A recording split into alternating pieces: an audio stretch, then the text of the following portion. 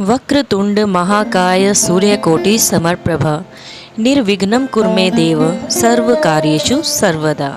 दर्शकों, स्वागत है आपका हमारे YouTube चैनल दिव्या आस्था पर।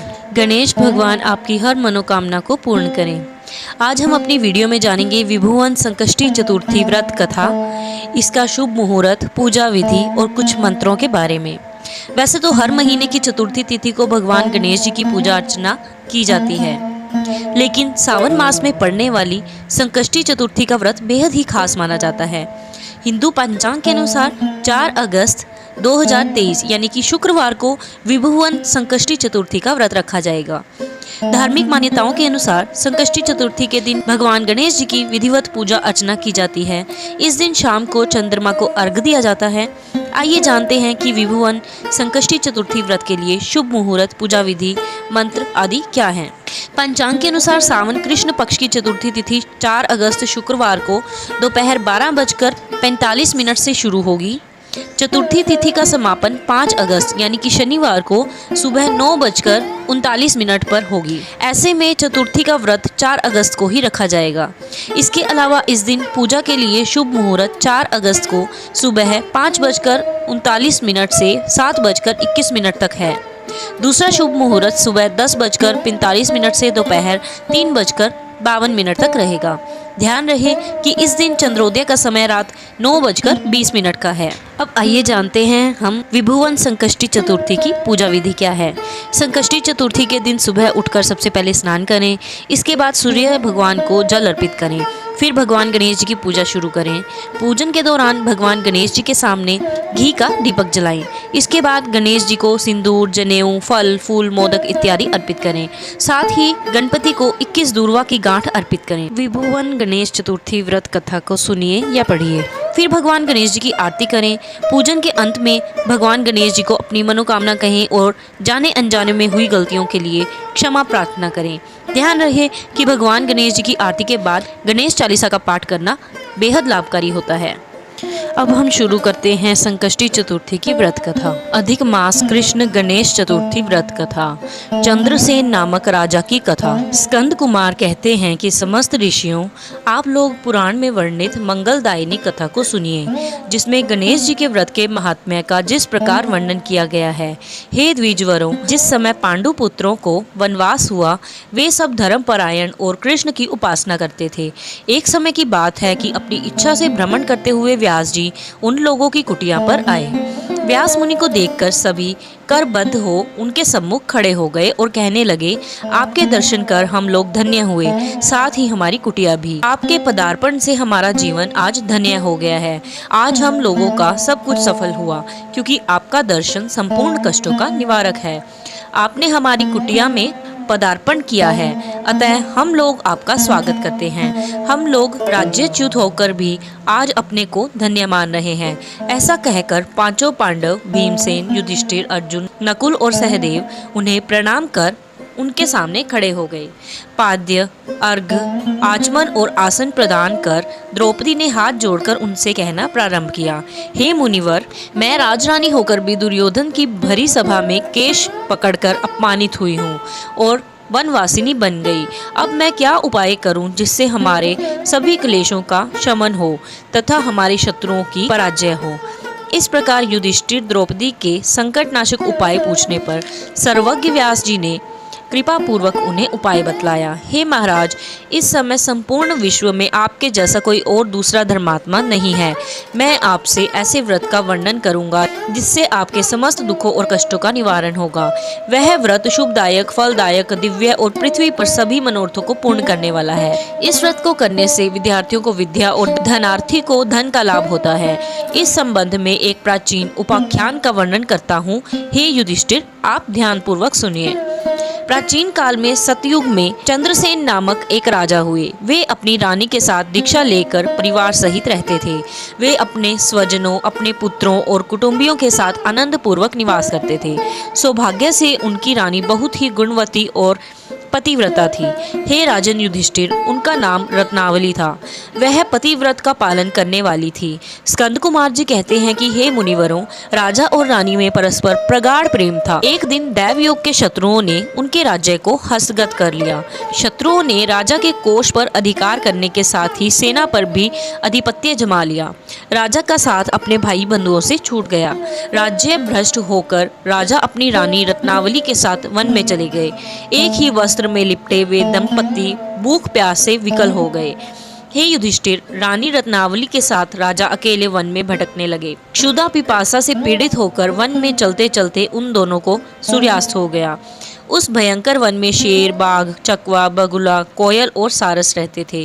रानी के पैर में कांटा चुभ जाने से राजा को महान कष्ट का अनुभव हुआ।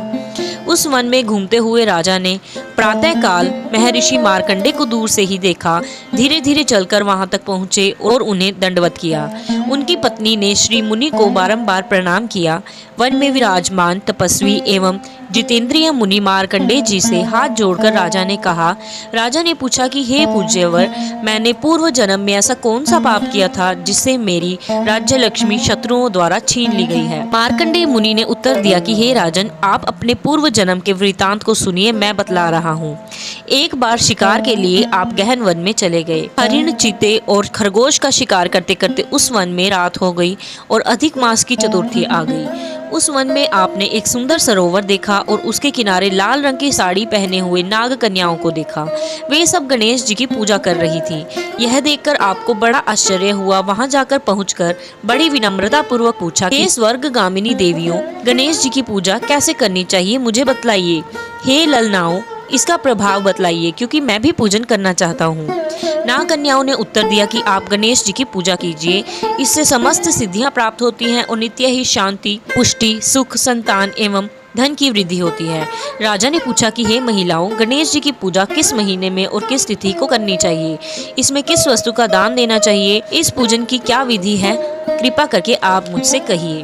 नाग कन्याओं ने उत्तर दिया कि हे राजाधिराज, अधिक मास के कृष्ण पक्ष की चतुर्थी को चंद्रोदय होने पर विधि सहित विघ्न विनाशक गणेश जी की पूजा करनी चाहिए। अपनी सामर्थ्य के अनुसार भक्ति भाव से पूजा करें। गणेश जी को पंचामृत से नहलाकर लाल पुष्प चढ़ावें। गंध, धूप, दीप, नैवेद्य, दूब, 2 वस्त्र, सुगंधित द्रव्य चढ़ावें। घी, चीनी से बने हुए 15 लड्डू भोग के लिए बनावें। उनमें से 5 लड्डू गणेश जी को अर्पित करें और 5 ब्राह्मण को दान में दे दें। कुमारी कन्याओं को पहले देकर बाद में स्वयं भोजन करें। गणेश जी की प्रसन्नता के निमित्त समस्त सामग्री गणेश जी को अर्पित करें। तत्पश्चात पूर्णोक्त कथा को सुने। ऐसा करने से मनुष्य की सभी इच्छाएं पूर्ण होती हैं और समस्त सिद्धियां प्राप्त होती हैं। गणेश जी की पूजन की यह विधि है। नाग कन्याओं की बातें सुनकर राजा ने उन्हें बारंबार नमस्कार किया। इस प्रकार राजा ने वहां गणेश जी के व्रत का मन में संकल्प करके सरोवर के तट पर जाकर गणेश जी का ध्यान किया और वहां से चले गए। इसके प्रभाव से गणेश जी आप पर बहुत प्रसन्न हुए और आपको पुत्र, स्त्री, धन धान्य आदि से पूर्ण कर दिया। आपके महल में रत्नों के हार, स्वर्ण, गो, हाथी एवं घोड़ों का अभाव न रहा। परंतु कुछ दिनों बाद आप धन गर्वित होकर व्रत करना भूल गए। इसके अनंतर आप उस जन्म में मृत्यु को प्राप्त हुए। हे राजन, उस जन्म में जो पूजन किया था उसके प्रभाव से आपका जन्म राजवंश में हुआ और सहृदय की मित्रता, सुंदर नारी की समागम एवं सुंदर शरीर की प्राप्ति होने से धनमद में आकर आपने व्रत करना छोड़ दिया। इसके कारण आपकी ऐसी दुर्गति हुई है। राजा ने पूछा कि हे ब्राह्मण, अब मैं कौन सा ऐसा काम करूं जिससे वर्तमान संकट से मुक्ति हो, जिस उपाय से हमारे विघ्नों और कलेशों का नाश हो तथा मुझे शांति प्राप्त हो, वही बतलाइए। मार्कंडे मुनि ने कहा कि हे महाराज, पूर्वोक्त रीति से आप गणेश जी की पूजा कीजिए और संकट नाशन चतुर्थी के व्रत को कीजिए। इससे गणेश जी प्रसन्न होंगे और आपको पुनः राज्य वैभव प्राप्त होगा। इसलिए संपूर्ण कष्टों के क्षमानार्थ आप स्वयं गणेश जी की पूजा कीजिए। व्यास जी कहते हैं कि मार्कंडे जी की बात सुनकर राजा ने उन्हें प्रणाम किया और अपने भवन में चले गए। रानी के साथ राजा ने भक्ति पूर्वक विधिवत व्रत किया। व्रत के करने से उनके शत्रुओं का नाश हुआ। उन्होंने अपना खोया हुआ राज्य पुनः पाया। गणेश जी की पूजा करने से सभी वस्तुएं सुलभ हो जाती हैं और सभी कार्यों में सफलता मिलती है। स्कंद कुमार जी कहते हैं कि व्यास जी के वचन सुनकर महाराज युधिष्ठिर ने हाथ जोड़कर उनसे फिर पूछा, युधिष्ठिर ने कहा कि हे कष्टों को दूर करने वाले महर्षि, इस चतुर्थी के व्रत की विधि बतलाइए। किस नाम से, किस मास में, किस प्रकार गणेश जी की पूजा करनी चाहिए, तब इस व्रत में किस चीज का आहार करना चाहिए। तब व्यास जी ने कहा कि हे राजन, अधिक मास में चतुर्थी को गणेश्वर के नाम से पूजा करनी चाहिए। लाल कनेर के फूल चढ़ाकर लड्डू आदि का भोग लगावें। लाल चंदन, रोली, अक्षत और धूप को एक एक नाम से अलग अलग चढ़ावें। तत्पश्चात विश्व प्रियाय नमः कहकर आचमन, ब्रह्मचारिणे नमः स्नान, गणेश्वराय नमः से वस्त्र, पुष्टिदाय नमः से चंदन चढ़ावें, विनायकाय नमः से पुष्प, उमासुताय नमः से धूप, रुद्र प्रियाय नमः से दीप, विघ्न नाशिने नमः से नैवेद्य अर्पित करें। फलादात्रे नमः से तांबुल, संकट नाशिने नमः से फल चढ़ावें। इसके बाद विघ्न विनाशक गणेश जी की प्रार्थना करें। हे सुंदर मुख वाले गणेश जी, मैं भव बाधा से ग्रस्त, भय से पीड़ित और क्लेशों से संतप्त हूँ। आप मेरे पर प्रसन्न होएं। हे दुख दरिद्र के नाशक गणनायक जी, आप मेरी रक्षा करें। हे विघ्नों के विनाशक, आपको बारंबार मेरा प्रणाम है। फिर निम्नांकित मंत्र से पुष्पांजलि लेकर चंद्रमा को अर्घ देवें। हे क्षीर सागर ग्रसमभूत, हे द्विजराज, हे षोडश कलाओं के अधिपति, शंख में सफेद फूल, चंदन, जल, अक्षत और दक्षिणा लेकर हे रोहिणी सहित चंद्रमा, आप मेरे अर्घ को स्वीकार करें। मैं आपको प्रणाम करता हूँ। तदंतर ब्राह्मण को भोजन करावें, लड्डू और दक्षिणा दें। देवता और ब्राह्मण से बचे अन्न द्वारा स्वयं आहार ग्रहण करें। रात्रि में भूमि पर शयन करें। लाल चविहीन होकर क्रोध से दूर रहें। हर महीने गणेश जी की प्रसन्नता के निमित्त व्रत करें। इसके प्रभाव से विद्यार्थी को विद्या, धनार्थी को धन प्राप्ति एवं कुमारी कन्याओं को सुशील वर की प्राप्ति होती है और वह सौभाग्यवती रहकर दीर्घ काल तक पति का सुख भोगती है। विधवा द्वारा व्रत रखने पर अगले जन्म में वह सधवा होती है एवं ऐश्वर्यशालिनी बनकर पुत्र पौत्रादि का सुख भोगती हुई अंत में मोक्ष को प्राप्त होती है। पुत्रेच्छु को पुत्र लाभ एवं रोगी का रोग निवारण होता है। भयभीत व्यक्ति भय रहित होता है एवं बंधन में पड़ा हुआ मुक्त हो जाता है। व्यास जी कहते हैं कि हे राजन, इस प्रकार आप भी व्रत कीजिए।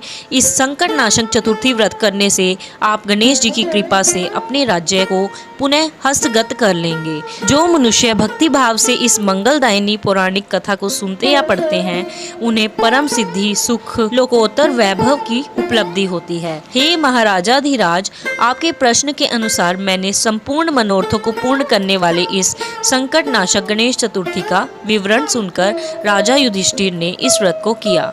इसके प्रभाव से उन्होंने संपूर्ण शत्रुओं को रणभूमि में परास्त करके भारतवर्ष का राज्य अपने अधीन कर लिया। तो आइए अब हम करते हैं श्री गणेश जी की स्तुति।